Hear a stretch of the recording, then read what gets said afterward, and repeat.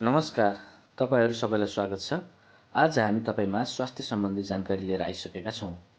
आज हामी तपाईँलाई अनुहारको दाग धब्बा हटाई अनुहार चम्किलो र गोरो बनाउने घरेलु उपायका बारेमा बताउन गइरहेका छौँ। कसलाई राम्रो देखिने चाहना हुँदैन र? मानिसको मुख्य सुन्दरता नै अनुहारमा हुने गर्छ।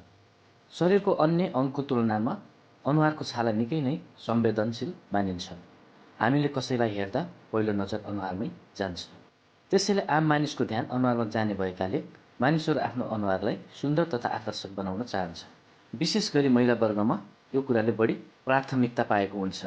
आधुनिक जीवनशैली, घामको प्रत्यक्ष किरण, धुलो धुवाँ, विभिन्न रोग, हार्मोनको गडबडी, थकान लगायतका कारण अनुहारमा कालो दाग धब्बा, डन्डीफोर आउँदा हामीलाई निकै निराश र चिन्तित बनाउँछ। अनुहारमा आउने कालो दाग धब्बा, डन्डीफोर लगायतको उपचारका लागि बजारमा थुप्रै सौन्दर्य प्रदान औषधि पाइन्छन्। ती औषधि निकै महँगो भएकाले सबैको पहुँचमा नहुन सक्छन्। अर्कोतर्फ यस्ता औषधिले छालामा एलर्जीका साथै साइड इफेक्ट गर्ने भएकाले सबैले त्यति रुचाएको पाइँदैन। केही समयका लागि निको भएको देखिने तर फेरि बल्झिने जस्ता समस्या देखिने गर्दछन्। यस्तै आर्थिक र स्वास्थ्यका दृष्टिकोणले बजारमा पाइने केमिकलयुक्त यस्ता औषधि त्यति राम्रो मानिँदैन। आज हामी यस्ता औषधिको विकल्पमा घरमै सहजै पाइने सामानलाई प्रयोग गरेर छालाको उपचारमा कसरी प्रयोग गर्न सकिन्छ भन्ने बारेमा बताउन गइरहेका छौँ। घरेलु सामग्रीबाट बनाइएका औषधि कम खर्चमा बनाउन सकिन्छ।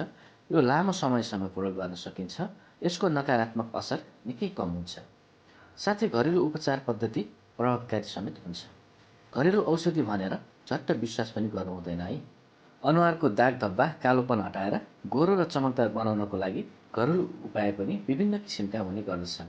यसैले यहाँ हामीले निकै प्रभावकारी विधिका बारेमा चर्चा गर्न गइरहेका छौँ। यस विधिमा ताजा दुध, बेसन र चामलको पिठोलाई प्रयोग गरिन्छ। ताजा दुधमा बेसन र चामलको पिठो मिलाएर पेस्ट तयार पार्नुहोस्। त्यो पेस्ट अनुहारमा लगाउनुहोस्। अनुहारको पेस्ट मसाज गर्दै लगाउनुहोस्। यसरी लगाएको पेस्ट करिब 10 देखि 15 मिनटसम्म अनुहारमा लगाएर छोड्नुहोस्। यसरी लगाएको पेस्ट लगाएको अनुहारलाई सफा पानीले धुनुहोस्। याद गर्नुहोस्, कुनै पनि घरेलु उपाय अपनाउँदा अनुशासनमा रहेर नियमित रूपमा अपनाउन सकियो भने मात्र यो प्रभावकारी हुन्छ। त्यसैले यो विधिबाट नतिजा पाउनका लागि नियमित रूपमा 2 हप्तासम्म निरन्तर रूपमा प्रयोग गर्नुहोस्। तपाईँको समस्या समाधान भएपछि पनि यो विधि नियमित रूपमा प्रयोग गर्नुहोस्। यो विधि तपाईँ सक्नुहुन्छ भने हरेक दिन नभए कम्तीमा हप्ताको 2 पटक नियमित रूपमा प्रयोग गर्नु राम्रो हुनेछ। यस्तै रमाइला रोचक स्वास्थ्य जानकारीका लागि यस स्वास्थ्य जानकारी च्यानल सब्स्क्राइब गर्न नभुल्नुहोला। धन्यवाद।